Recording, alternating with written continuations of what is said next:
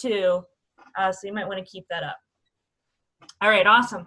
So again, my name is Brittney Hartzell. I'm the Watershed Specialist for the Columbia County Conservation District. And we recently, in the past year, just partnered with the Keystone 10 Million Trees Partnership. That's what this presentation is going to be mostly about, is that partnership and the opportunities for you guys to plant your own trees. But I'm also going to go into a lot about the benefits of trees and how the whole planting process works, especially when you're planting a large sum of trees at once. It can be a little more complicated than just digging a hole and sticking a tree in it. So we'll get started. First, I want to say thank you to the Fishing Creek Watershed Association for having me today. The Fishing Creek Watershed Association meets every second Monday, and most of the time they're meeting here at the Columbia County office, the Ag Services office, and they have a whole number of presentations and fun things that you can do throughout the year. So I definitely encourage you guys all to log on to their website. You can see on the screen there, check them out, and maybe even become a member and get a little more involved. So today, just really quickly, I'm going to talk obviously about trees and why we want to plant trees in our yards. Then we're going to talk about the planting process and the kind of steps that you go step by step in deciding what species you're going to plant and how to plant them properly for the greatest survival rate. Some tips for success. And then of course, I'm going to talk about the partnership and the opportunities involved there. And I'll give you some additional resources to check into. And like all of my other webinars, I always leave space at the end for a Q&A session, whether it's on topic or non-topic. I'm happy to answer whatever questions you have. And then we will turn it back over to the folks over there at the Fishing Creek Watershed Association, let them wrap up. So if you've been to my webinars in the past, hold on, I'm not sure why this isn't paused. There we go. You may have seen this, but I thought this would be good for this presentation here, just to kind of demonstrate, you know, what the importance of trees are. So if you guys can pull up your chat box again, the first question is this picture here. Do you think this looks very stable or healthy? And you can just type in your answers there for in the chat box there. Banks are eroding, definitely not. Right, I agree. Definitely not very good looking. How about this photo here?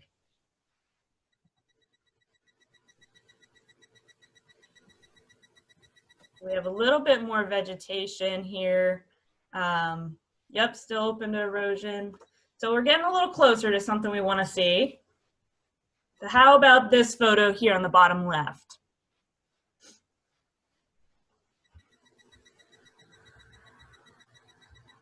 Getting better. All right, and then here's my favorite type of stream. What do you guys think about this one? Yes, yeah, and the answer is already there, right? So that's a really great looking stream. And you have to kind of ask yourself, you know, what is the difference between that and the first one? So you guys just shout it out. What are you guys seeing there that makes a stream and the environment around it look healthier and more stable compared to that first photo? There's shade, yep. Lots of shade, cooling for the stream. That's really great for trout. Some shadows, a lot of diversity, yep. Trees up to the stream, perfect. Lots of good answers here. So yeah, trees is the #1 thing, and also those root systems that keep the soil in place there. That's probably the first thing that's going to pop out to you. You'll also notice that these streams actually have a sequence of riffles and then pools. So they have rocky sections and then they have more quiet sections. This one's also a little more shallow and wide. There's most likely fish in it, and it does have access to its floodplain. So those are all factors that you don't see in that initial photo, and it's pretty blatantly obvious when you see them side by side. Sometimes it can be a little tricky in the field to tell if something, you know, is functioning correctly or not.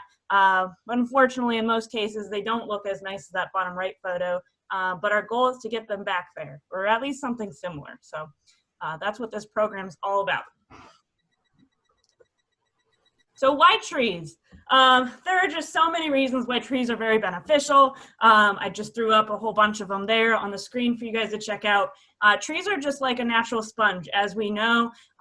They like to soak up a ton of water, and you know, from their leaves to their roots to, you know, their stems and their bark, they are filled with water, and they're massive creatures. So these guys really kind of soak everything up like a sponge. And not only that, but they also intercept rainfall. So when it rains, most of the water actually lands on their leaves and then re-evaporates up back into the atmosphere. So having trees really reduces the amount of storm water that you guys have, because they're evaporating it and not letting that water sink down into the soil and get into our streams. Of course, that helps with stormwater, and they help spread the flow throughout the landscape. They're holding soil in place, so we're really reducing any erosion. They also filter out any heavy metals or chemicals, or nutrients and fertilizers that we put in the landscape. They're trapping dust and pollen, blocking wind and noise. The list just goes on and on. You can see it there. But trees are just so vital and important to our ecosystem. In fact, they structure literally our ecosystem. So if you don't have trees, you don't have those different layers that different, you know, wildlife and plants and animals and humans also need in order to enjoy these benefits that these forests and trees provide. So trees are really awesome. I couldn't say enough about trees, and I'll stop right there because I could probably go on a rant about them. But trees are really, really important, and we're gonna see how we can use trees in our own landscapes to take advantage of those benefits. So in addition to trees, kind of the focus of this webinar is going to be talking about what we call a riparian buffer, but riparian just means next to a stream. So streamside buffers, riparian buffers, however you want to call them, same thing. And basically they provide all the benefits of trees, but they're adding an additional protection against erosion when you have more than just one tree sitting there. Really, depending on how wide your buffer is along the stream, you can really filter out a lot of pollutants that may come off of an agricultural field or coming on from stormwater. You'll also be building a bunch of habitat, reducing flood damage, providing those shade to the stream, which again, like I mentioned earlier, is just vital for our cold water species like trout and our native species of brook trout to survive. And honestly, they look really nice. So they improve our aesthetic value of our landscapes overall, instead of seeing all that dirt and erosion that we typically see along our streams. And you can see from this photo here, when you have a healthy riparian buffer on the left versus having an unhealthy kind of open area that's poorly managed, you can really see just from this simple photo here the different effects of different types of landscapes that we create. So our goal is really to try to create a corridor that goes down the stream so we can get all those benefits of a healthy riparian buffer. And then on the other side of that buffer, then we can do our agricultural activities or, you know, whatever we have, build developments. But the goal really is to try to create a corridor for these streams to be able to do what they want to do without interfering with our daily lives. And if they do interfere with our lives, hopefully it'll be for the better, not for the worse. So say that you are ready to go plant some trees, you have a stream on your property, and honestly, this program does not require streams. It is a priority, but it is not a requirement for them. However, this is the Fishing Creek Watershed Association, so I'm gonna highlight a little bit more about the benefits of, you know, specifically streamside trees. But there is a process that you guys can very easily follow along. And the ones that are highlighted in blue are areas that I can definitely help you out with. So just give me a call and I can get you those resources and work with you there. So the first step when you plant some trees is you want to define your goals and your expected outcomes from your planting.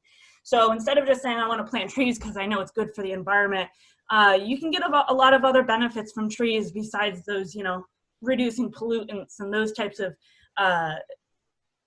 advantages that we can get from trees. Something like being able to harvest berries or nuts, or being able to periodically, if you have a large enough buffer, maybe even get firewood out of it. So there's a couple of different expected outcomes that you could have, or you could just say, hey, it's wildlife habitat, and you know, manage it for habitat. So instead of just having a goal of planting trees, I highly encourage kind of digging a little bit deeper and thinking about, you know, what other benefits can I get from this buffer instead of just planting trees and hoping they survive. So once you determine what your goals are, your next step is obviously to identify the best place for you to plant those trees to get those benefits. Pretty self-explanatory. So number 3, and this is where I can help you guys out as well. You're going to want to observe your site conditions, and you might want to take a lot of time. This is actually where most of your time, besides the actual planting process, is going to be. Take some time to really look at the soils, look at how much light you have available to you. You know, is the soil well drained, or is it more of like a wetland type? These are going to be really important observations to make, but also making other observations. You know, is there a family of deer that keeps walking through here that maybe we need to look at deer resistant species? Or, you know, is this a heavily, you know, recreation area where people are walking through the area a lot? You know, there's a lot of different factors depending on the property that you're looking at that you might want to consider when thinking about what types of trees and what kind of planting you're going to put in there. So definitely observing site observations would be probably the most important step to guaranteeing success for your buffer. So once you know, kind of understand your conditions of your site, you'll be able to look at all the different species that you have available to you, depending on what source you have. And it may be the 10 Million Trees Partnership, but you want to look at the trees available to you, see if they fit your site conditions and the requirements that you would need, and make sure that those plants can survive a lot better. Now the next 2 are actually pretty optional. You don't have to do this. I would only recommend this if it's a much larger planting, maybe 3 acres or more. But you might want to consider creating a planting plan and as well as a maintenance plan. So really digging in there and trying to identify, you know, what is my goal of this plan? How am I going to plant it? Where am I going to plant it? And then how am I going to maintain it to make sure that it's successful? Of course, before you plant your trees, you want to prep your site for planting to make sure that, you know, everything's ready to go. The fun part is that you're going to plant trees next, so that's always the greatest part. And of course, until establishment, you're going to want to maintain these trees because there are so many factors that are coming at these trees. So you will want to guarantee their survival by maintaining them for at least 1 to 3 years, typically. So the first step is to determine your goals and outcomes. And I kind of talked about this a little bit earlier, is, you know, just simply ask yourself, what are you planting these trees for? In addition to saying, you know, maybe you want a riparian buffer, maybe you want it for aesthetic reasons, or maybe you have a lot of noise coming from the highway and you want to block some noise. You know, the list can be endless in the benefits of trees for you. But you'll want to just kind of think about, you know, what are the goals and outcomes that I want from my planting? And that'll be the first area that you're going to stop at and think to really set you up for success. So the second step is to locate your areas for planting. And I actually took some time to kind of space these out in different types of areas. So our priority with this program and as a conservation district is to get some streamside buffers in here. And they're going to provide all of those benefits listed below as you see on the screen. However, this program is not limited to streamside. It's just a priority, but if you want to convert a field to a forest, or if you have a lot of diseased, ash that you want to replace or whatnot, we can also do more upland habitats and reforestation. And likewise, this one kind of might be difficult to fit into the program, but if you are thinking about getting shade trees or privacy trees or just ornamentals, it's a possibility. However, you probably really need a pretty decent sized property because the goal is to get as many trees as possible in here. But there's different places that you can plant the trees, and it'll be dependent on what your goals are. But certainly there's anything's up for grabs. And also they also prioritize, community trees and street trees in more urban and suburban communities. So if you have a community that's interested in planting trees, or a township that wants to get together, we just did that with Beaver, Maine. Actually, they have some trees on the way. But if you want to do a community planting, that's also definitely open as an option.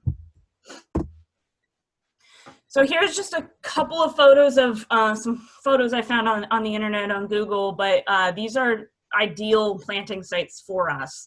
And you'll notice these don't have very much vegetation. They're mowing right up to the stream. There are natural resources concerns, you know, next to the agricultural field or next to someone's property or over by a gas station. Of course, erosion is a big indicator that there's a problem going on. Vertical banks, as well as infrequently trafficked areas. You know, if we're not using it, we might as well reforest it and get those benefits. But so this is kind of, you know, these images are what you're going to want to look for. But again, we're not limited to streams. So the next step is that you're going to want to observe the site conditions.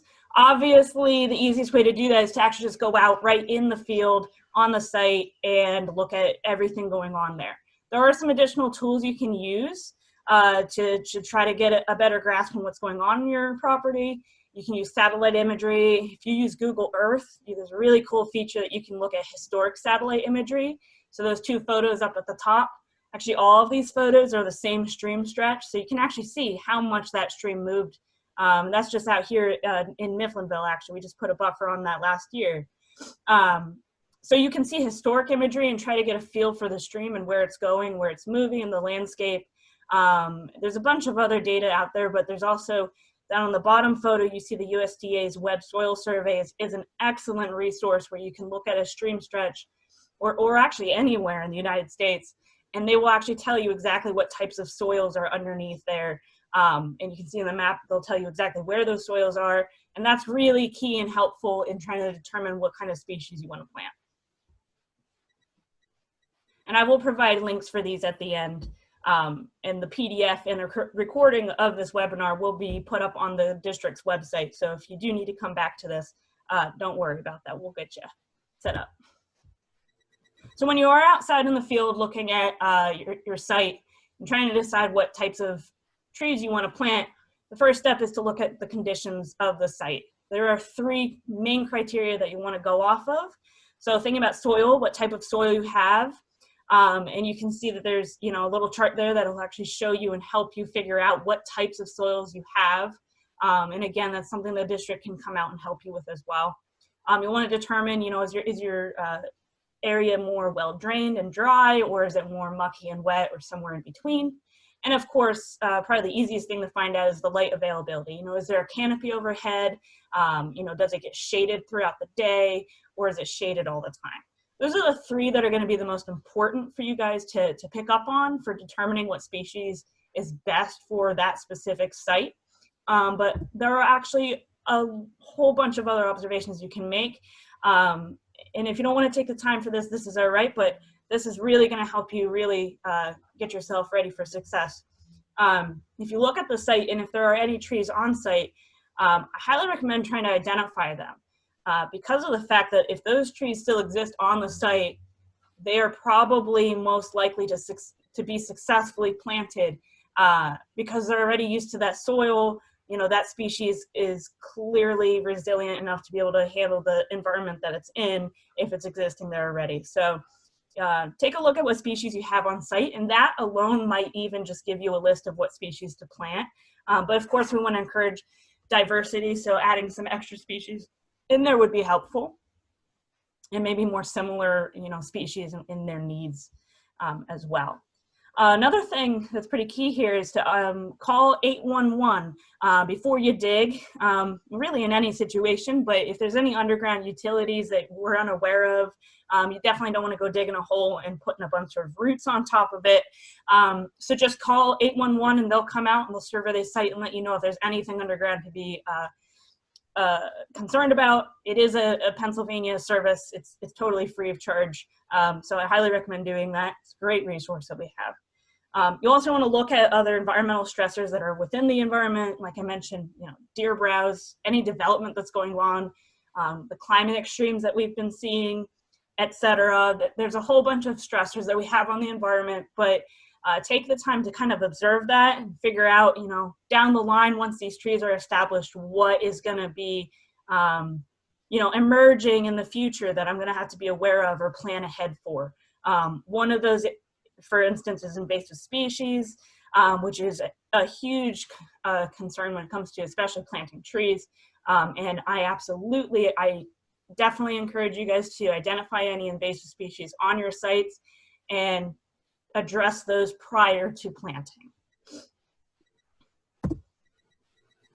So when you select your species, right, so you already went and did your observations, you know what kind of soils you have, you know your light availability, your nutrient requirements, or whatever you need. So the key here is to match the species to your specific site conditions. So you can go to any supplier and look at the list of trees that they have, and you can filter out, you know, okay, I need trees with, you know, dry soils, full sun, check it off, and then you'll get a nice list that show you what your options are. But don't forget about your goals and outcomes that you created first, because you want to match your species to those. So if you're thinking, hey, I want to harvest something and have some edibles afterwards, you know, maybe instead of planting an oak, you might want to plant some hazelnuts, you know, so that you can get a better benefit out of it. Native plants only, I highly encourage it. It is a part of this program that it's only native plants, but regardless in any plant that you do, I highly recommend using native plants. And also, as I mentioned earlier, planting existing species for a higher success rate, but adding in new species for added diversity. And here's just a quick questionnaire. Like, say you are just totally dead set on wanting yellow birch or some other species of tree. Here's just a quick questionnaire you can give yourself and just ask myself, you know, how is this plant going to function? What am I going to use it for? Is it in my hardiness zone? Will it even grow in this area? You know, how fast is it going to grow? Does this grow in my area or within my watershed? There's a whole bunch of different questions you can ask yourself. You know, even though I love this tree, is it actually going to really be successful and work, or is it kind of going to be a waste of money for me? So those are some other questions that you might want to ask yourself. That last question there is the plant allelopathic, and that is something that you may run into. Allelopathic trees are just trees that actually produce enzymes, and they put them out into the soil and make it hard for any other species to grow. A classic example of that is black walnut. So if you have a black walnut, you'll probably notice that there's a big area around the walnut where nothing else grows but walnut. Or there are some more resistant species that can deal with those conditions, but you don't want to plant a tree that's not going to let anything else survive around it. So black walnut's probably the biggest example of that, but there are a few other ones out there. But again, just some things to keep in mind. Now I have here just a list of some common species that are used for riparian buffers. This is from the Brandywine Conservancy. They do a really great job kind of walking you through the process of planting buffers and choosing plants. And I did add them to the resource list at the end of this presentation, but you can see they even go into looking at the pH of the soils and their flood tolerance, which honestly is probably going to be a bigger factor as we go through. But any one of these, you can honestly choose any one of these trees on here, and it's most likely going to be successful on your property. But again, doing those site condition assessments is really going to help you kind of narrow it down to what the best options would be. So those planting plans and that maintenance plan that I mentioned, they are optional, but I just wanted to throw them up here to show you the kind of the parts of the plan. You'll want to write down the layout of the site, talk about the current conditions, what's going on there, any specifications that you need for the planting, you know, what your spacing is going to be, the species, number of trees, what materials you're going to need, how you're going to protect those seedlings from deer browse or flooding until they get established. And then it always helps to have a nice map of a planting site, like you see here on the screen here. As far as maintenance, pretty self-explanatory. For the first 1 to 3 years, you're going to really heavily want to focus in on these trees and make sure that they get established, that their roots get in the ground, and that they're healthy and happy, and that no animals are getting in the tubes or they're not getting knocked down or dying for some reason. And you also want to really manage for invasive species. This is a critical time to manage for invasive species. So that's going to be your first 1 to 3 years. And then ideally up to at least 25 years, you'll want to do long-term maintenance. So things like mowing, continued invasive species checks. But in most cases, after 3 to 5 years, those tubes are going to fall off, and you're not really going to have to maintain them quite as intensively anymore. Ideally, your target rate of survival is 75%. That's pretty standard for most programs that are planting buffers. So when you're ready to plant, you're going to prepare your site. You'll want to do this up to 1 year prior to planting, and that's pretty critical, especially if you have any invasive species on your site, because it does take a while to manage for those. You'll also want to consider establishing specific access to your site. If it's kind of a brushier site or something like that, you'll want to make sure that you can get in there and walk around, be able to maintain things and get things planted without just jumping over really tall grass and whatnot. You might want to consider mowing and brush hogging the area prior to that, and doing any herbicide treatments or soil amendments as needed.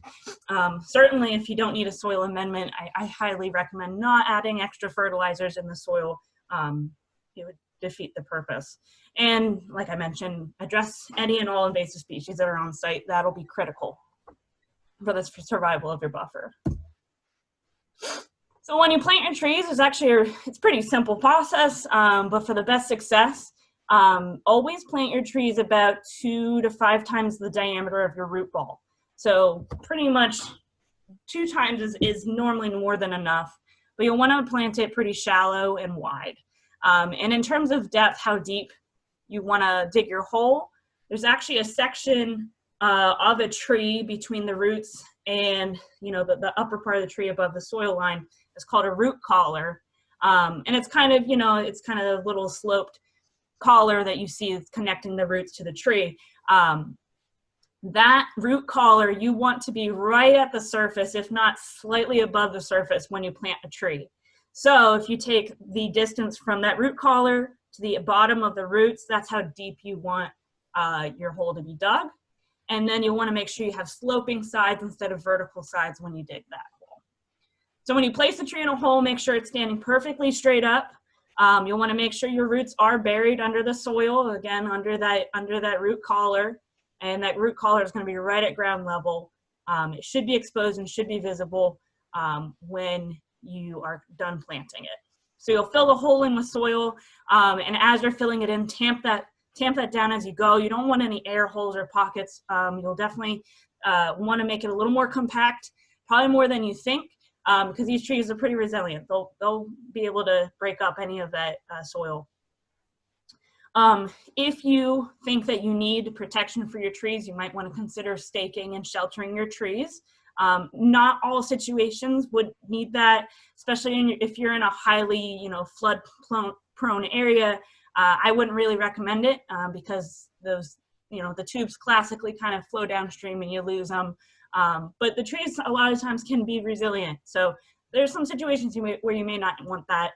And if you prefer to mulch the area, that'll really help with keeping moisture in the soil and helping the trees out. But again, that's also optional. And of course, the last step is to main and till establishment, which is going to be about 1 to 3 years, which will involve mowing and looking for invasive species and whatnot. It's a pretty simple process, right? When you really break it down, it's not too difficult. Like I said, the majority of your time is going to be spent really just trying to figure out the soil conditions so you can figure out what species to plant. And then the fun part is actually planting the trees. So I'll keep talking about this 10 Million Trees partnership.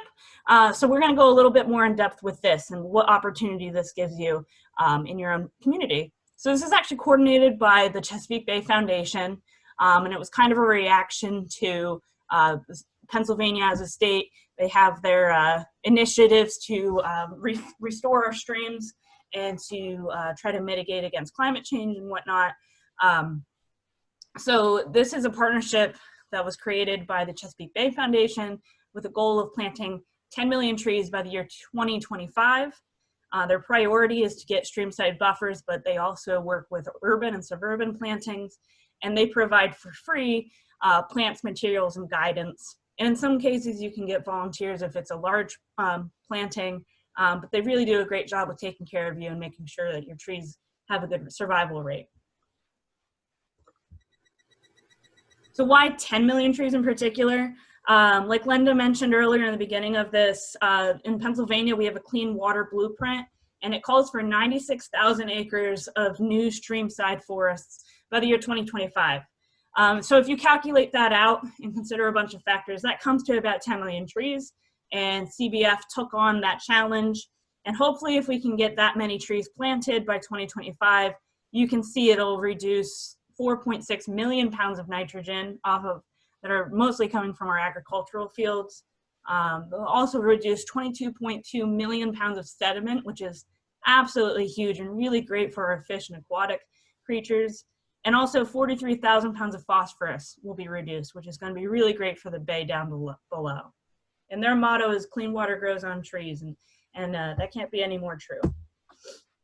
So if you want to participate in this, if you have a piece of property and you're like, wow, I really need to get some trees in here, you can certainly go through this partnership, and we're a part of that. So you can go directly through the conservation district and contact me. The only caveats are that you do need to be in Columbia County. If you're not in Columbia County, that's okay. The partnership is pretty much statewide. Anyone in the Chesapeake watershed can participate in this, so I can definitely get you connected with them if you're outside of Columbia County. The priority is streamside plantings, especially here for Columbia County, but I'm open to any planting that you have in mind. There is a minimum of 100 trees per planting site. So the goal is to get a bunch of trees in the ground, not just one or two. And having at least 100 trees per site is really gonna give you the best chances at a good result, so that you can really benefit from the buffer in however your goals line out. The species and the seedling type are dependent on the supplier, so I actually am completely unaware of what species are going to be offered, if they're a bare root or containerized species. I really don't know until they open up requests, but they do open up requests prior to spring and prior to fall. So they do open it up so that to make sure that you can get them planted in the spring and fall. Again, I don't know the date that they'll ever open them up, but pretty much if you guys are interested in this throughout the year at any time, just let me know, your name, address, contact information, where you're going to plant, and tell me how many trees and shrubs you think you might need. And if you have a specific species that you really like if you really like an eastern redbud, let me know and I can make sure I can try to get them for you. I do prefer if you email that to me. That way I have it on record and documented, but you can also give me a phone call.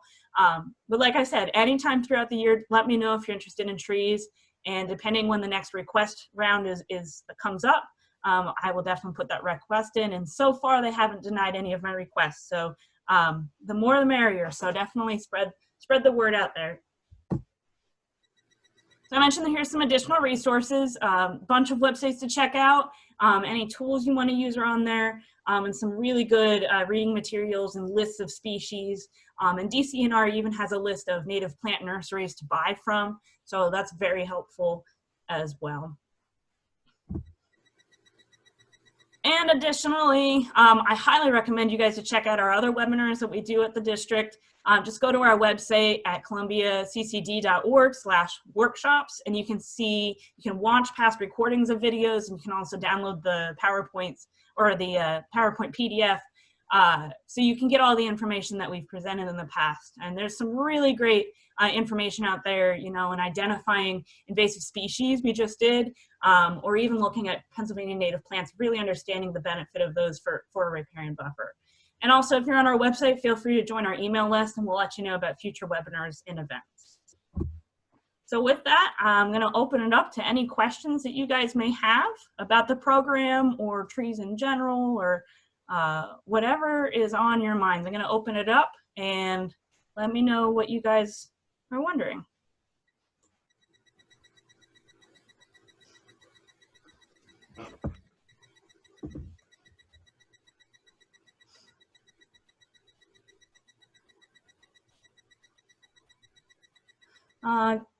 Dr. Wisner asked, in one of those photos, a tree planted in the buffer looked really close. Should we overplant expecting that we'll lose some?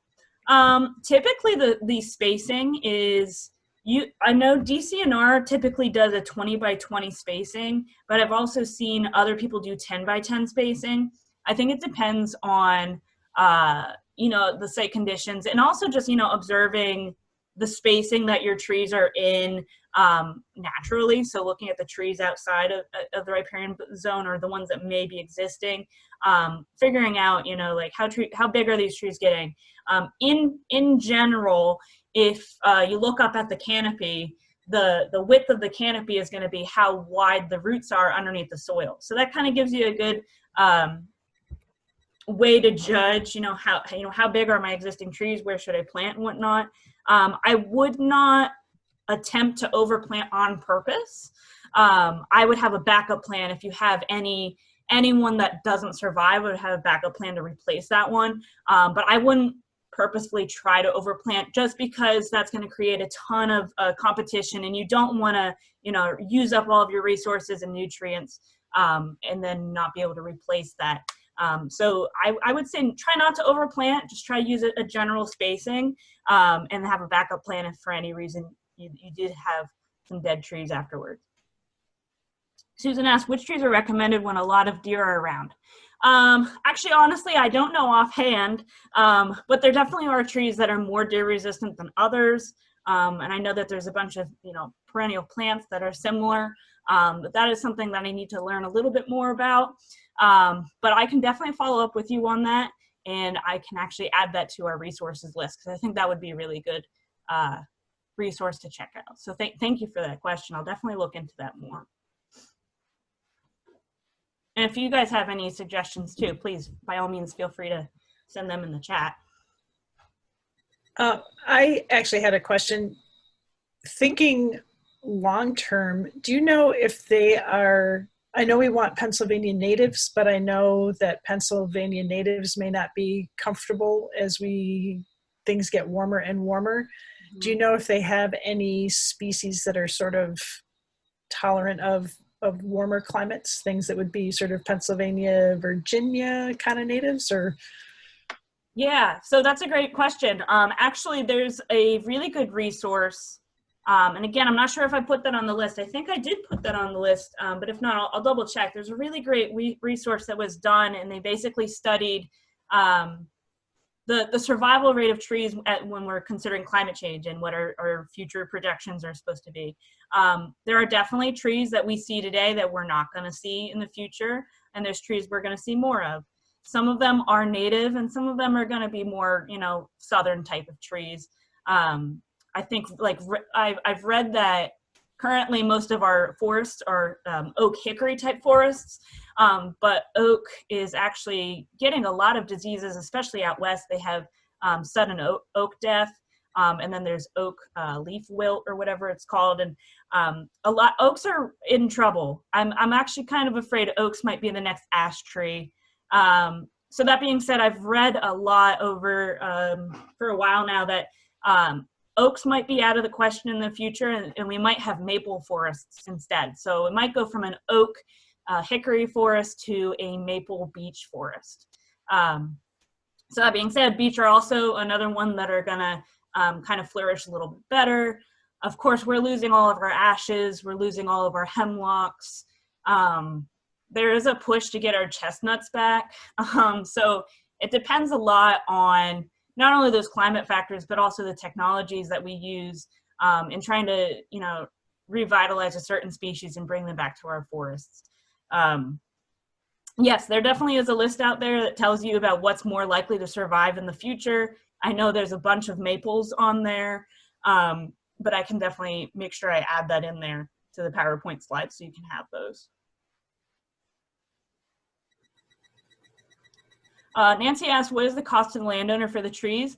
The trees are actually completely free. So the Chesapeake Bay Foundation, they write grants, and this program is pretty much grant funded. So all these trees, even stakes and shelters, are provided for free. All I have to do is either pick them up or get a delivery and plant away. So that's actually a very great opportunity. It's very generous of them.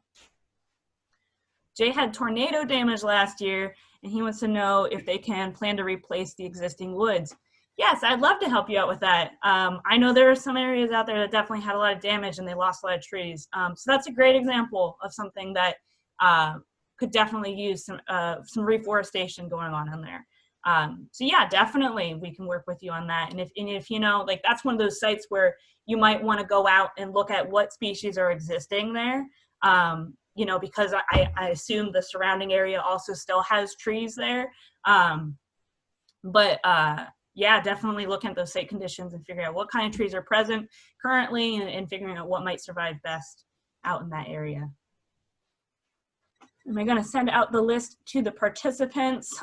Yes, I can definitely do that. I'm going to have this recorded and uploaded on YouTube, as well as the PDF of this available for you guys. So I will email that out to you. And then if for some reason you don't see the email, it will be on our website, hopefully by Wednesday afternoon. Jay asked how big are the trees that are sent to be planted. So that is actually, it changes every year. It depends on the suppliers that they use. For the next round, I honestly don't know. However, the last round that we had, they were all containerized seedlings. I'm not as familiar with how they size the seedlings, but they were a decent size. I think they were like 1 gallon pots each. Like they were pretty decent. They weren't little twigs by any means. You're not going to get some really big, 5-year-old tree, but you might get like a 2 or 3-year-old tree.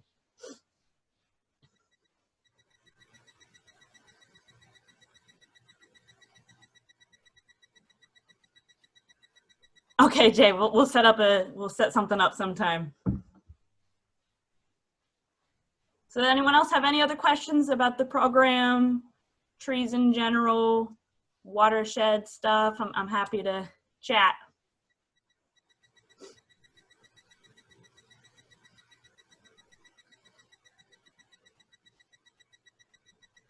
All right.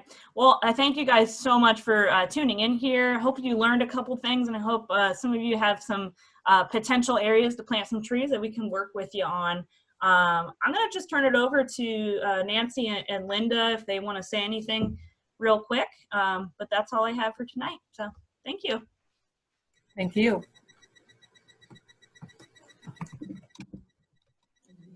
There you go. Read. Sorry.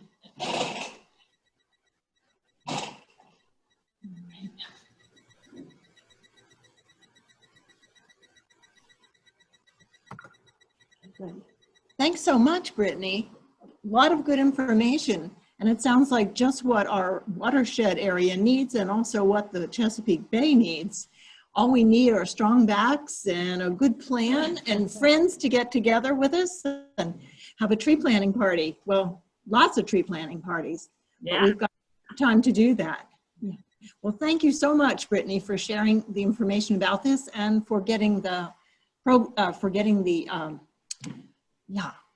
presentation. I was going to say program, getting the presentation together so that we can review that and come up with our plans. Of course. Thank you so much for having me. And thank you to everyone who joined us. We really appreciate the interest. We hope that when it comes time for us to be planning, you won't forget that we could use your help, and we'll help you. Thank you, and good night, everybody.